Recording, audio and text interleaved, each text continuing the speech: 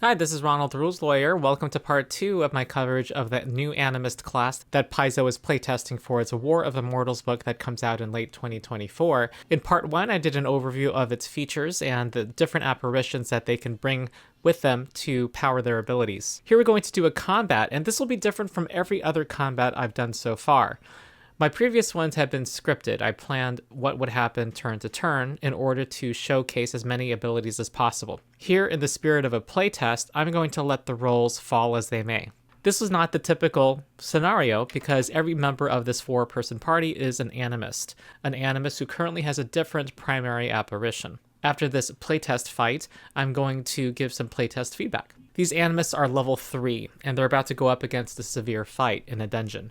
I'm going to go over each ANIMIST's abilities when we get to them. What has happened already on this adventuring day is that the party has gone through a couple of tough fights, and a couple of them went down to near 0 health. However, Hippie has as one of his apparitions the Custodian of Groves and Gardens, which has as its vessel spell Garden of Healing, which at this level heals 2d4 hit points to every living creature in a 10-foot emanation, including Hippie.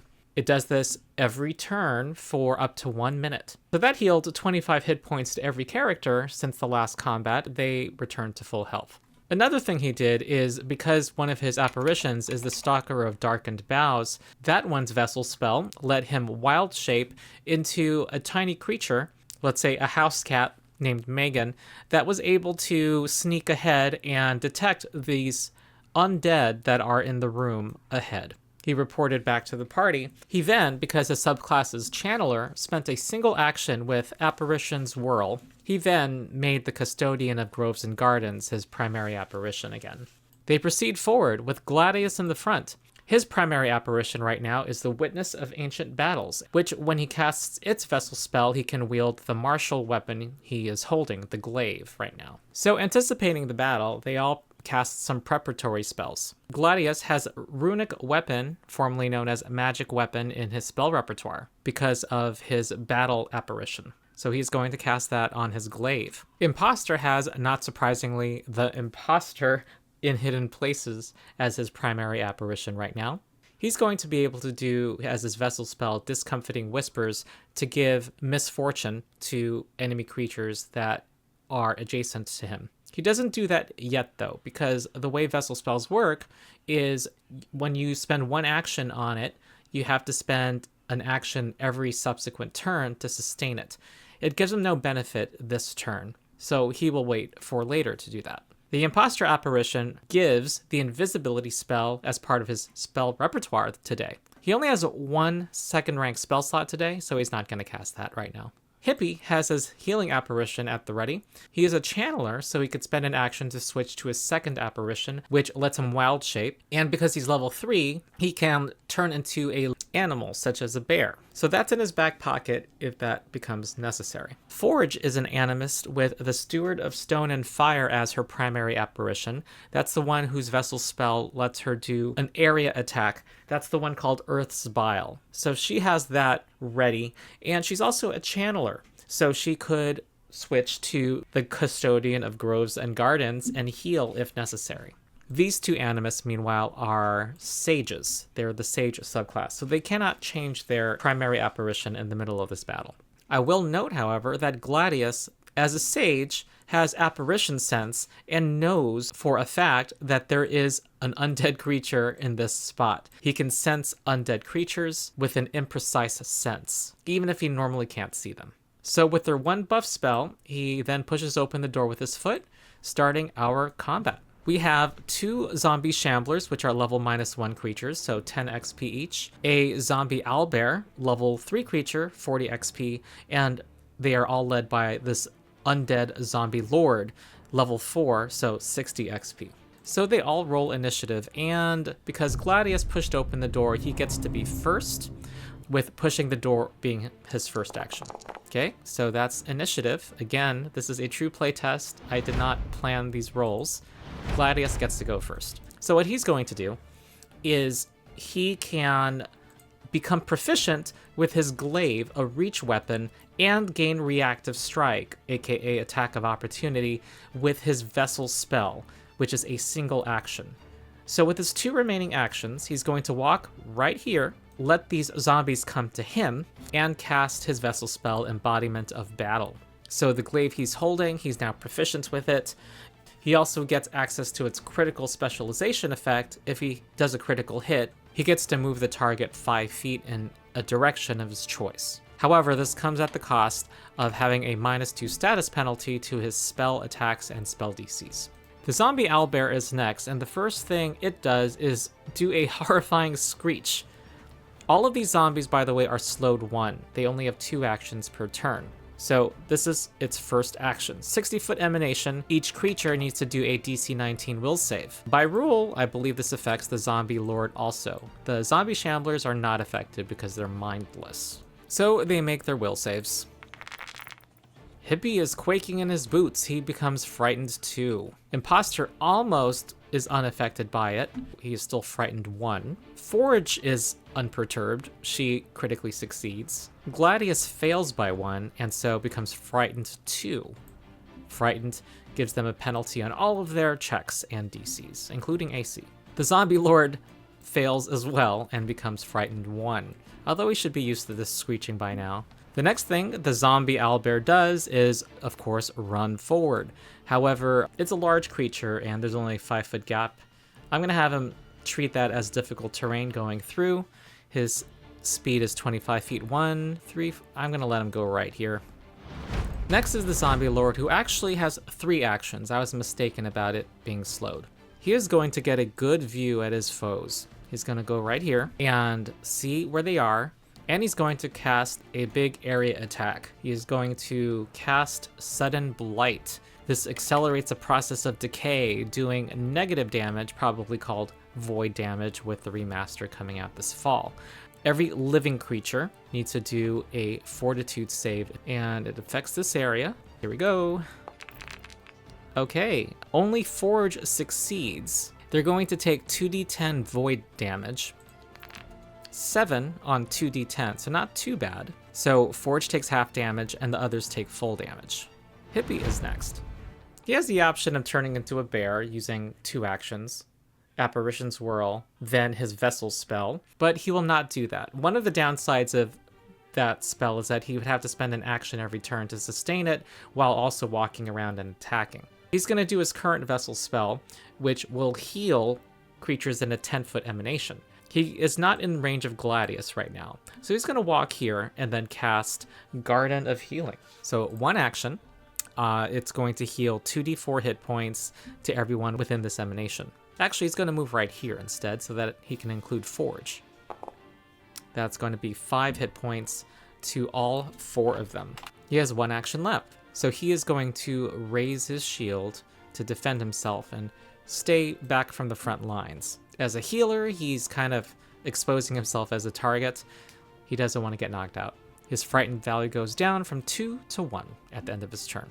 Next is Forge, and she notices that they are clumped together like this, so it's perfect for her vessel spell, Earth's Bile. Earth's Bile has a 30-foot range, and it is a 10-foot burst. However, because she's a channeler, she got this level 1 class feat for free called Channeler Stance. When she enters it, she gets to get a status bonus to her damage and her healing spells, should she cast one. And because this is dealing energy damage, this only works on apparition spells and vessel spells, so spells conferred by the apparition. She gets a status bonus to its damage equal to the spell's rank. And she casts Earth's Bile now. Because it heightens every 2 spell ranks, and this is a 2nd rank spell right now, it's still the original 1d4 fire and 1d4 bludgeoning.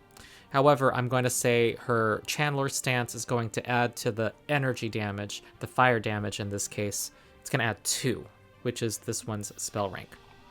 So she rolls damage. Ooh, maximum damage. And they're going to roll their saving throws. Uh-oh, I hope this isn't over super soon. The zombie shambler is going to critically fail and take 20 damage. Thanks to Channeler Stance and a maximum damage roll, and the others take 10 damage each. They also take 1 persistent fire damage as well, because they failed their saving throw. Imposter is next, and as a level 3 animist, he can prepare 2 first rank spells and 1 second rank spell per day. His second rank spell is Spiritual Weapon, and he decides to cast that now. This is probably one of their tougher fights today. It has a range of 120 feet, and recognizing their leader, he is going to attack the Zombie Lord with it. So here we go. It is a 21. That hits the Zombie Lord. So that's going to be 6 force damage. That costs 2 actions, and he can sustain it on subsequent turns. He anticipates that the zombie is going to run up to Gladius and attack. He had the option of going up to this spot and then casting Discomfiting Whispers, which would have then forced the zombie to roll its attack twice and take the lower result. However, Spiritual Weapon used up 2 actions. He's not able to do that. He's going to walk forward to this spot here. He wants to be in a position where he can stymie the zombie owlbear once it inevitably runs up and attacks, while his aura from Discomfiting Whispers does not include his allies. He wants to kind of flank the enemy. That spell means he kind of wants to stay away from allies and have it only go on enemies. So he's going to move right here, not too far forward, because he wants to make sure this owlbear triggers the reactive strike of Gladius. Next is the zombie shambler. It predictably shambles forward and then is going to try to do a fist attack. Oh, sorry. Gladius had a reactive strike. So here we go. Swing. And that hits. 15 hits. It has Runic Weapon cast on it. So 17 damage. And the zombie is weak to slashing damage. So that's 22 damage. This zombie shambler has died. Next is Gladius. Well, he has 3 actions. Mentally, he is already thinking he has 1 action less per turn in order to keep this vessel spell active. Because once it becomes inactive, he will no longer be proficient with the glaive, which would be kind of devastating for their whole plan. And he only has 1 focus point at level 3. Ronald from the future here. When I did this playtest, I was under the belief that the ANIMIST only had 1 focus point at this level, when actually it has 2. And I have a good excuse. As a content creator, I received a preview email of the playtest 1 day before it went live.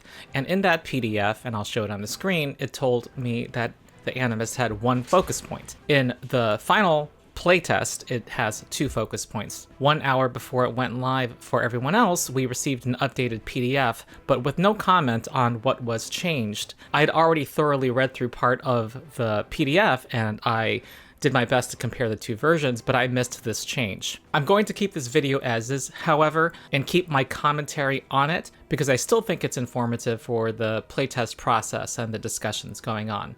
So it stays in.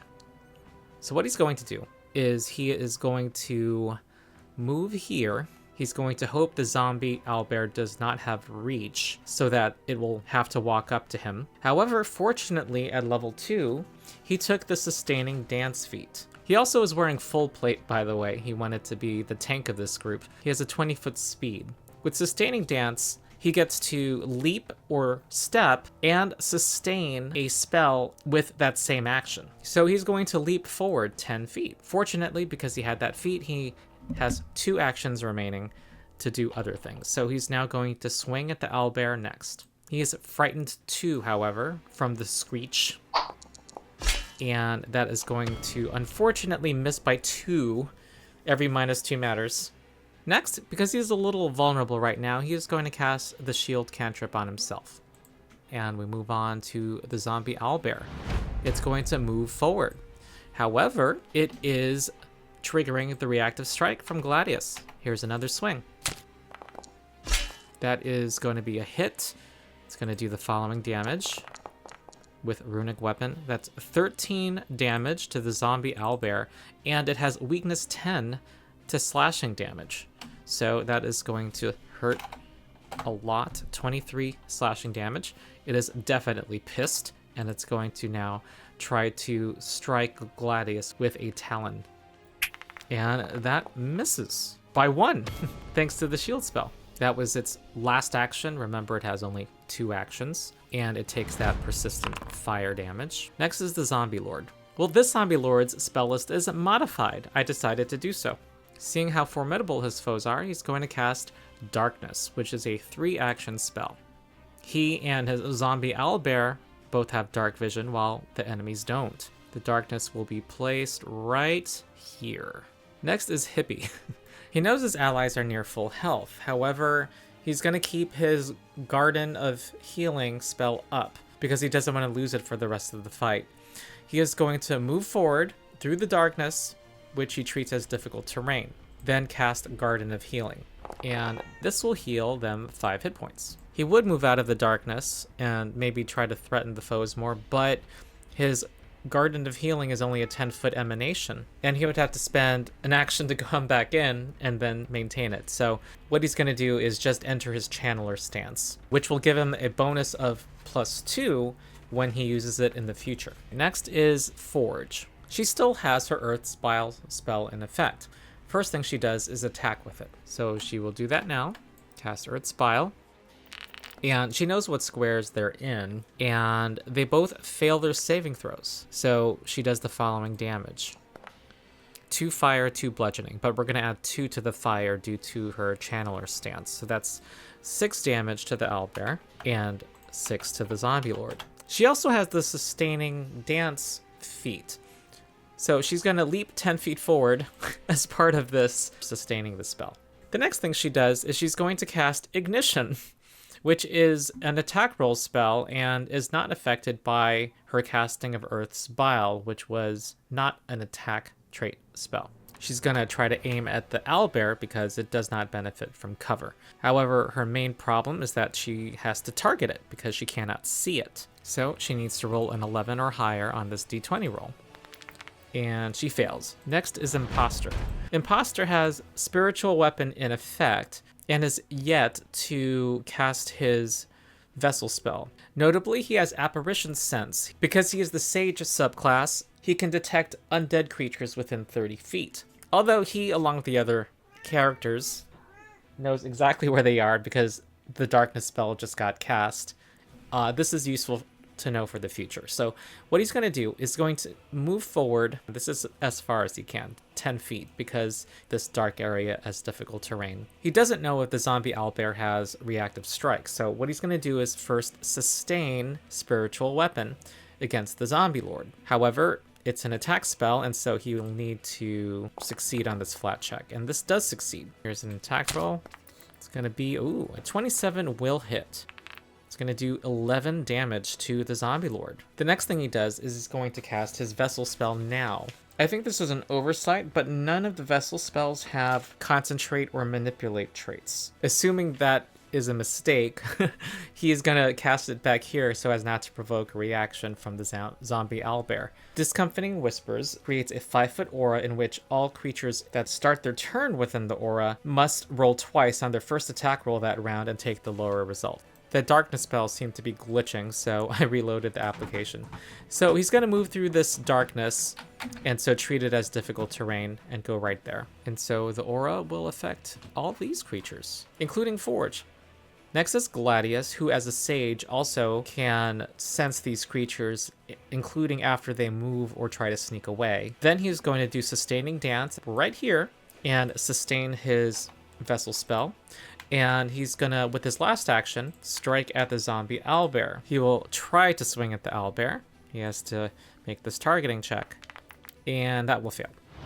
The owlbear is next and sees Gladius as its main foe. Also, the zombie lord is commanding it. So it is going to attack Gladius. It can see in the dark just fine. Gladius is off guard against this attack.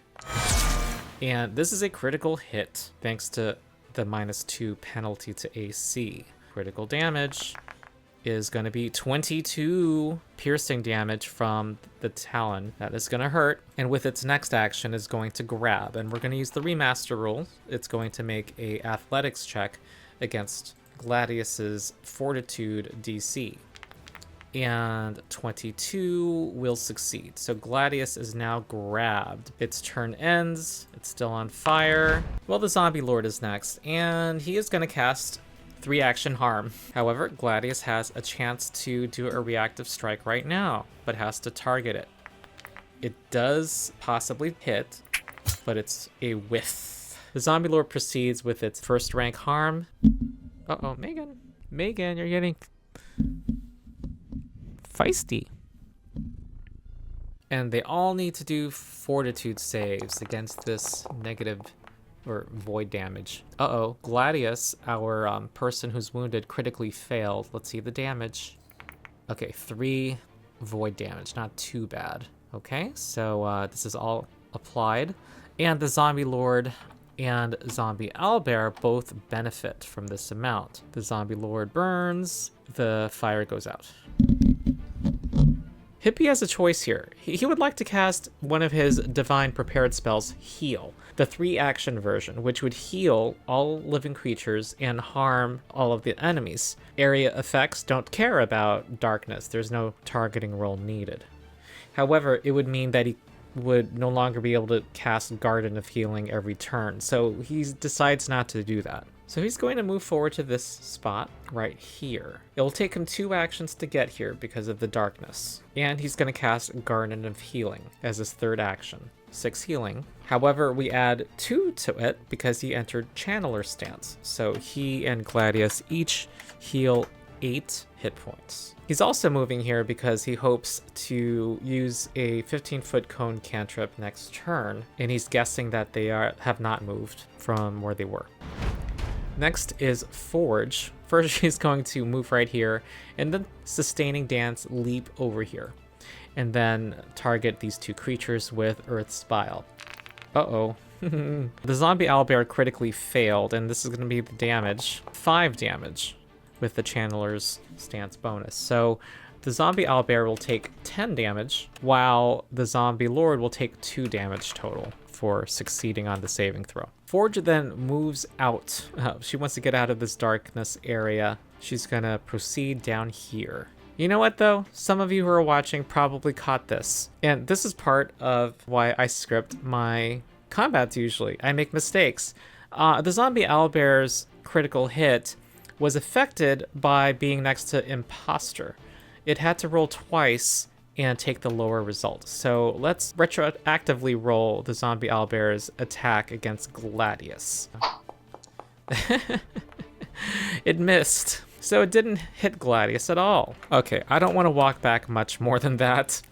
But yeah, Imposter prevented a big critical hit from happening. Okay, Imposter will definitely sustain this brilliant spell again, and spend a 2nd action to sustain Spiritual Weapon against the Zombie Lord. Possible hit. And this 26 will hit, and it will do 1d8 plus Wisdom damage. That's going to be, 12 force damage to the Zombie Lord. The Imposter's been also wielding a Staff of Water. This character also has the Water Spirit, or apparition, as one of his 2 apparitions. However, because he's a sage, he's not able to change his primary apparition to that, which is called the Vanguard of Roaring Waters. With his last action, he is going to use that staff and try to hit the owlbear. First, let's see if he successfully targets the owlbear. Yes, and he's now going to attack the owlbear with his staff. And that misses. Okay, Gladius is next. Actually, I'm a stickler for detail.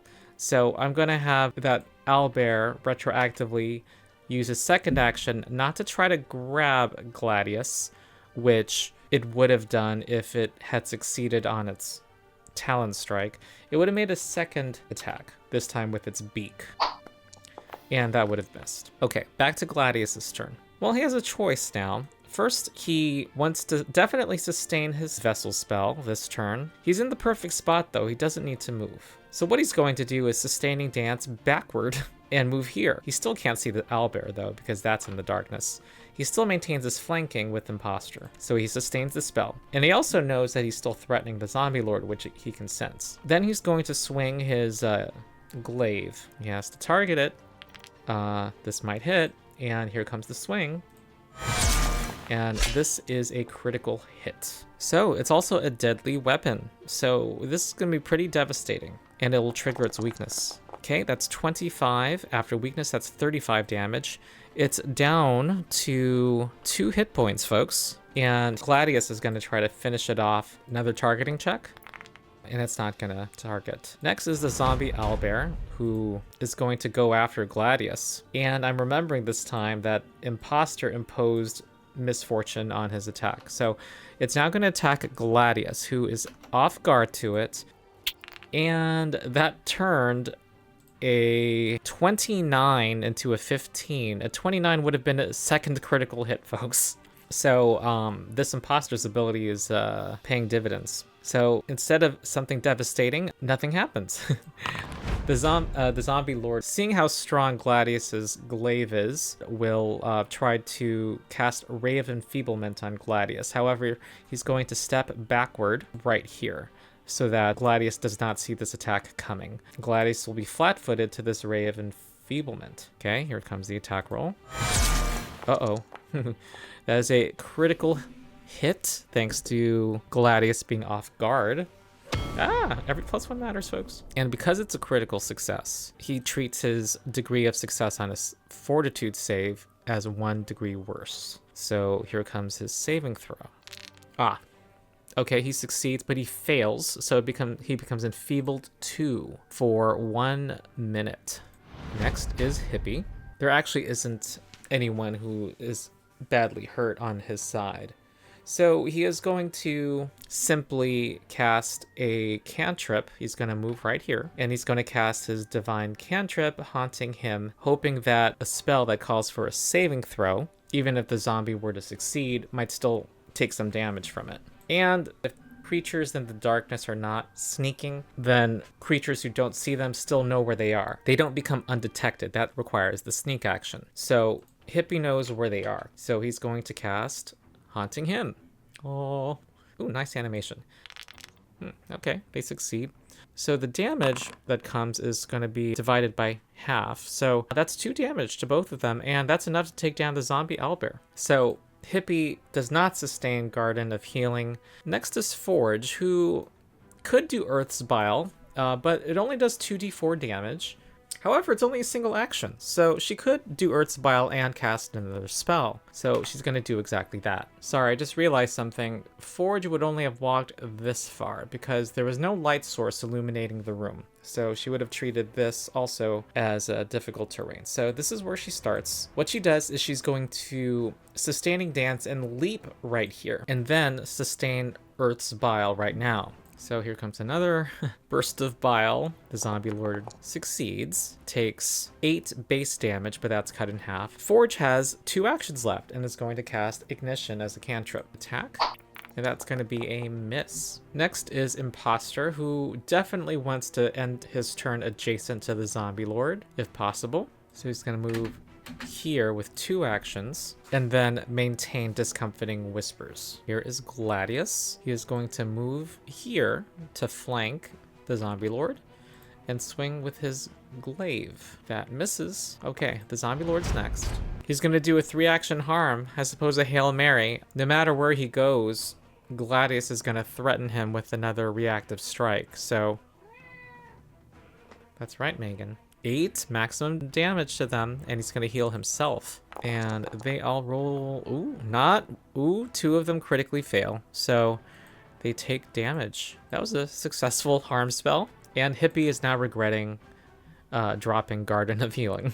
He is next. If he were level 4 right now, which he's not, he would have another focus point and would be able to cast Garden of Healing again. Or switch to his other apparition and switch to an animal form. Without that, he basically is left to his divine spell slots. I think they're all wanting to get out of this darkness area, so he's gonna just walk right here and raise his shield.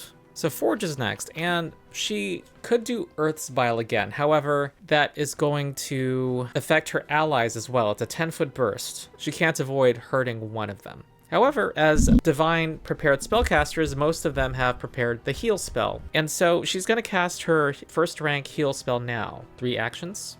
And she's going to drop Earth's Bile because it's not useful now that they're only dealing with 1 foe.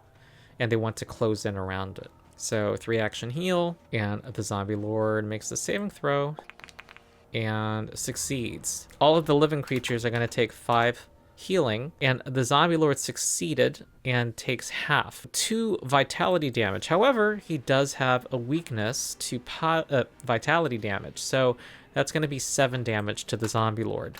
Imposter is next. He is going to get out of this darkness. He's also going to maintain his spell, Discomfiting Whispers. He's not able to cast another spell because he moved. So he has 1 action left. He is going to swing his staff, and this will be a hit. It's not going to do much damage, though. That's going to be 2 damage. Next is Gladius, and, well, I thought maybe he could try to demoralize the Zombie Lord, but he can't really because he needs to sustain his vessel spell. So he is going to just sustain it and then make a swing. He wants to make 2 swings if possible because he's the key in the party right now to bringing this guy's health down. Maybe someone else could have debuffed it. Here it comes a swing. Oh, that's a natural 20, which is definitely a critical hit. Here's the damage. Oh, not very good damage, but it does trigger its weakness to slashing, so that's going to be 17 damage. And he also has access to its critical specialization effect and can move it 5 feet anywhere. He is going to move it right here, away from that darkness. Oh, and then he's gonna do a sustaining dance. He's gonna step here and then sustain. Hey, and now he's flanking, so this is gonna be where he makes his second strike from. Ah, that's a miss. But let's spend his hero point. Reroll. Oh, how disappointing. Next is the Zombie Lord, who has a problem. Gladius has a reach weapon, so he'd have to step twice to avoid a reactive strike to get away, and then Gladius is just going to run up to him. So he's going to do another Hail Mary. Gladius has another chance. And blows it again. The Zombie Lord is going to do his last harm spell. Okay. Ooh, neat. And here's his damage. Oh, 1. Well, this is not going to have much of an impact, and we're about to say farewell to our Zombie Lord. Hippie is next, and one of his spontaneous cantrips from the Stalker apparition, the wild shape one, is Gouging Claw. He morphs his limb into a clawed appendage, and he's going to choose to do slashing damage against this zombie. So here comes the attack. This battle refuses to end. He's going to reroll using his hero point. And the rolls are sucking right now. And raise his shield again. Oh, I forgot to mention that Imposter, because of his wanting to sustain his vessel spell, meant that he dropped Spiritual Weapon, which probably was a mistake, given that the Zombie Lord isn't really doing attack roll spells. Well, Forge is next. She's going to cast Ignition on the Zombie Lord, who probably benefits from cover right now. Here comes the attack. Okay, that hits for 7 fire damage. However, it did not come from her apparition, so the bonus damage does not apply from her channel or stance. If it had, this would have been a knockout. The last thing she does with her third action is to cast Guidance on Gladius. Next is Imposter, who will cast Disrupt Undead. It is one of his prepared cantrips for the day. The Zombie Lord makes a basic saving throw. This is a good choice because it's really low health right now. And succeeds, however, the incoming damage is 13, and this is enough. The incoming damage is 6 vitality damage, and it has a weakness 5, so that's 11 damage from that cantrip. That is a dead, well, destroyed Zombie Lord. So that was my playtest, and now to give some feedback on the ANIMIST. Well, I'm probably not going to surprise anybody when I say that I feel it's a bit strong. I appreciate that Paizo is listening to complaints about casters, though I think the needle moved a bit farther than it need to with this. The vessel spells obviously seem very powerful, but I have some more multi-sided comments on the vessel spells. Overall, the fact that you kind of have most of the number of spell slots that a cleric has, plus the ability to do spontaneous spell casting, and it's not spontaneous spell casting in the sense that sorcerers have spontaneous spell casting or bards. Those classes are limited to their repertoire, which cannot change without retraining or level ups. But the ANIMIST is able to change what their repertoire is with their morning preparations depending on which apparitions they attune to that morning. Whereas they're limited to the spells that those apparitions provide, it is a greater degree of flexibility that spontaneous spellcasting normally doesn't have. Plus, with the level 10 feature, they get bonus spontaneous spell slots as well for most of their spell ranks. And these apparitions fill a whole variety of roles quite well. Our battle animist was able to do a lot with reactive strike, which martial classes normally do not have, the fighter being the exception. The balancing factor is supposed to be the action cost of sustaining the battle vessel spell. But if they're already in an enemy's face, that probably was the difference between making 2 strikes and 3 strikes, and that 3rd strike normally is not going to hit. Plus, they had the free attack, quote unquote, from reactive strike at full accuracy. And while doing that, they're able to, if they want, also be very good at healing. The Custodian of Groves and Gardens, with their vessel spell, can do a lot of healing to several allies. It could be done outside of combat, and I actually misspoke during the demo when I said that this was able to heal 25 hit points to every ally.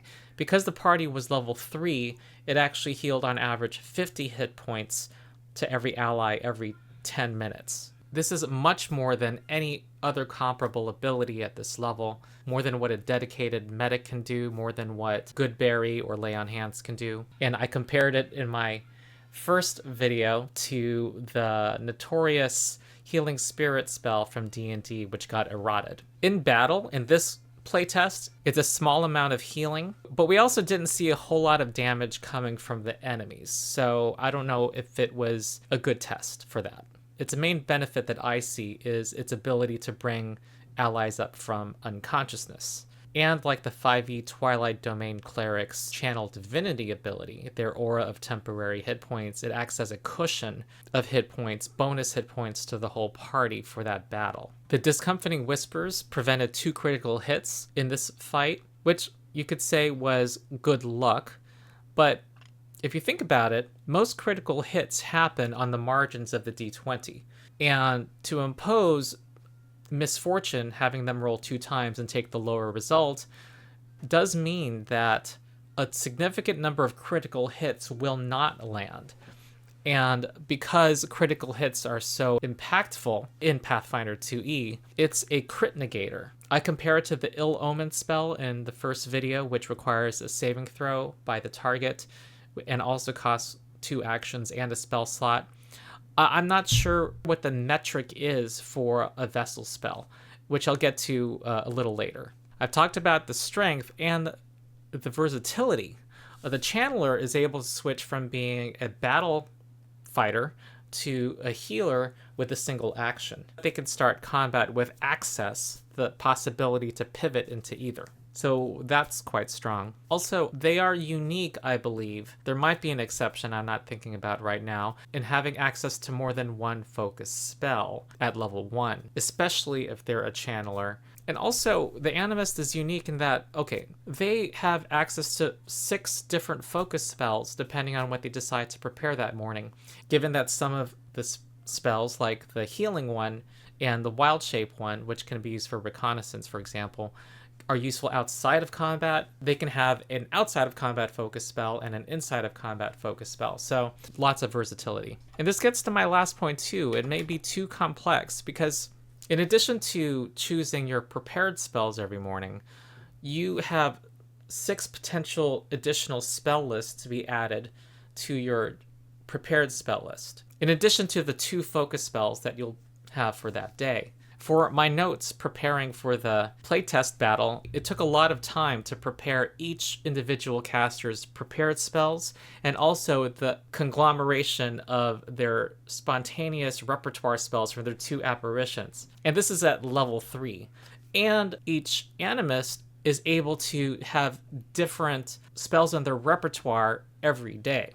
If one is playing pen and paper, this would be a lot of writing. One would need to have cards almost, one for each apparition that they can place side by side on their table so that they know what spells they have that day.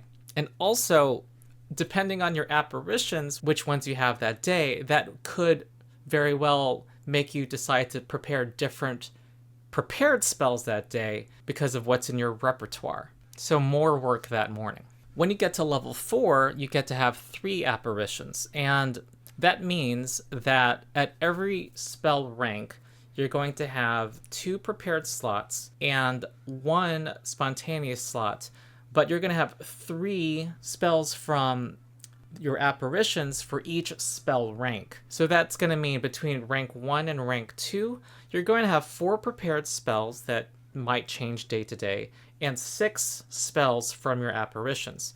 This is going to multiply every time you gain new spell ranks. By the time you get to level 12 and get 4 apparitions, you now have 6 spell ranks where you can prepare 2 spells in each rank. You get 1 spontaneous slot at rank 6 and rank 5, and 2 spontaneous slots in each rank between rank 1 and rank 4. And you're going to have 24 spells in your spell repertoire divided among those 6 ranks because you have 4 apparitions and 6 spell ranks.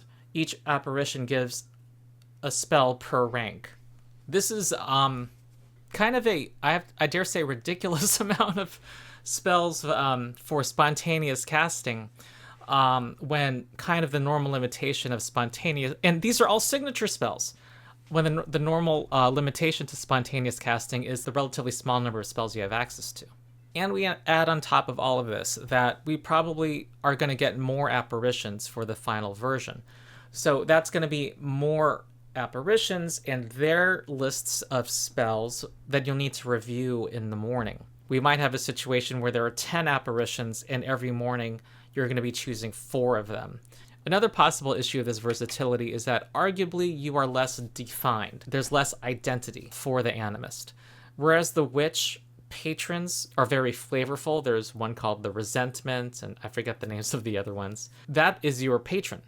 However, we have a situation where we're going to have 6 or more apparitions, and you can choose 4 very distinct and different apparitions, but you can choose any 4 of them on any given morning. Anyway, these reflect my personal misgivings.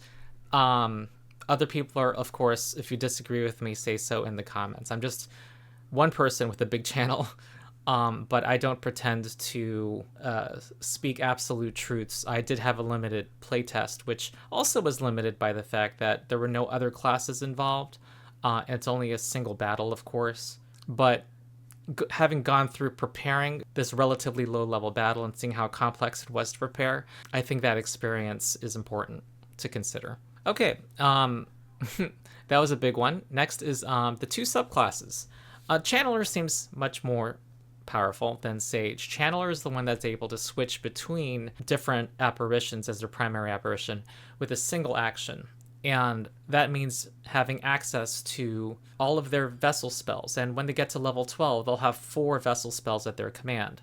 And each one is very different, providing lots of versatility versus the Sage, who needs 10 minutes to change from one to the other. The Sage's abilities to detect hidden creatures who are undead or haunts or spirits is pretty situational. And the Channeler also gets as their free level 1 class feat, the one that does bonus damage and bonus healing, which many people will tend to gravitate toward, understandably. Maybe the Sage could take that as their level 2 class feat. However, there are other important feats competing for your attention, including the Sustaining Dance class feat, which lets you leap or step for free as part of sustaining a spell. I also found them thematically hard to distinguish from each other, whereas for the cleric, it's really clear that the war priest is more martial focused than the cloistered cleric. Here, the channeler's defense advances to expert 4 levels later than the sage, but I don't really get the sense that the sage is, from the flavor text at least, and their abilities, that they are more martially inclined. I thought if there should be a distinction, it should be more apparent from how they're separately themed. Okay, on to the complex topic of vessel spells. I think it is a complicated issue. I don't know how they should be balanced, honestly, because they only cost an action to execute, but once you get it started, they feel very limiting on your action economy. The main thing I got from this playtest was that they're easy to start but hard to keep up. The healing vessel spell could be clutch when people are knocked down, but once you get it started, you'll have turns where it doesn't feel really urgent to keep up that healing, but you want to not let it go, and you already invested a number of actions in order to keep it up. The longer the battle goes, you will have invested even more into it, a sunk cost fallacy almost. And so it kind of feels constraining, even though it's quite strong. For the one in the battle stance, although in this battle it turned out to be not very limiting on that person, it still feels constraining, like you're permanently slowed 1. And so maybe they won't make that third strike at -10, but they're not going to have the freedom to demoralize or feint or do other things to debuff before striking, or raise a shield. As I said, the sustaining dance feat seemed pretty essential to have some modicum of movement around the battlefield. Step and leap don't take you very far, but it was better than 0 movement during your turn. It seems like with this class, having quick jump and powerful leap would be essential to maneuverability. An optimized martial probably is leaping around like a frog around the battlefield with 25, 30-foot leaps. Sustaining dance is pretty mandatory if you're even thinking about casting 2-action spells at the same time as you are maintaining your vessel spell. There are a number of class feats that are spell-shaped feats that cost an action. Seeing how hard it was to spend actions on anything besides what they were already doing, I don't see how they come into play. It has to be a combat where they're not casting their vessel spell. And that's part of the problem. They're so strong that you feel like you need to cast them. And because of that, you only have 2 actions per turn. It's the fact that they're strong that almost makes it feel more constraining, if that makes sense. And then my next point is that it can feel really awful to lose these vessel spells if you somehow are not able to sustain it. You can get knocked out. You can be forced to do something really urgent on your turn, like a 3-action heal, and lose the ability to sustain your spell. In the case of the battle stance one, you would not be proficient with that martial weapon any longer. It would be hugely debilitating. And so I'm honestly confounded, and I don't envy the designer's job, because I could see how they wanted to provide stronger 1-action spells that could be cast together with 2-action spells, but because everything else costs an action in Pathfinder in the 3-action economy, it feels very constraining, and you might have a lot of turns where you're doing the same 2 things over and over again, like Ignition and Earth's Bile, which happened a couple of times in this playtest. So I don't know what the solution is, whether the vessel spells need to be tweaked. I propose possibly changing their structure as something to consider. Something like the Bless spell, which has a 1-minute duration, but has some additional effect when you sustain it. In the case of Bless, you increase its duration. So a passive effect for 1 minute, that's for the case of a vessel spell, could be relatively minor, but you can sustain it for a greater effect. Maybe the battle stance could be toned down a bit, so that we don't enter into the fighter's niche. Or another alternative is that when you sustain it, you do something that is on theme for that vessel spell. Like for the battle stance, you make a strike while you sustain it. Maybe that could be done while toning down the strength of the vessel spell overall. Again, I'm not a designer, just want to start discussion. A couple of miscellaneous points. The water vessel spell, the Vanguard of Roaring Waters, the one that lets you stride once and create difficult terrain behind you that lasts until the start of your next turn, gives you cover against range attacks and +5 status bonus to speed. I couldn't really find a scenario where that would really be useful. I mean, I when I initially made this battle, I thought maybe slow down the forward progress of the zombie owlbear down a 10-foot wide hallway by having an ANIMIST retreat. But it didn't really make sense for this fight because they really needed the martial in its face. They didn't really have good ranged damage. Maybe if they had stronger ranged damage. But also, as it reads, you sustain it and then you spend a second action to stride, which seems too costly. Again, my suggestion of giving you something on theme for the vessel spell for free while you sustain it, I think would really help here. Another miscellaneous comment is that we don't have any traits like concentrate or manipulate attached to these vessel spells, and that's probably an oversight. So those are my comments from my very limited one battle and the experience of building 4 animists at level 3. Other people should definitely share what you think, not only in the comments, but with Paizo itself in its forums, and I'll have a link in the video description, that are dedicated to this playtest. They definitely read feedback there, and all the various issues are structured into different discussion threads. One thing I'm curious about is how the Animist would fare in a fight that involves more mobility, that requires more moving around because of the limited action economy. And also, I wonder what the playtest process was like for the Magus, who felt action-starved also, because I think the Magus was aided by the fact that their big moment, the spell strike, in theory doesn't have to happen every turn. You could build up to it, not fire it, and still have the potential to fire it next turn. But the Animist, if you stop sustaining it, you lose the vessel spell. So I guess that's my feedback. I hope those comments help the discussion and the process of designing this class. I am next going to cover the Exemplar, the second class in the playtest, using the same format.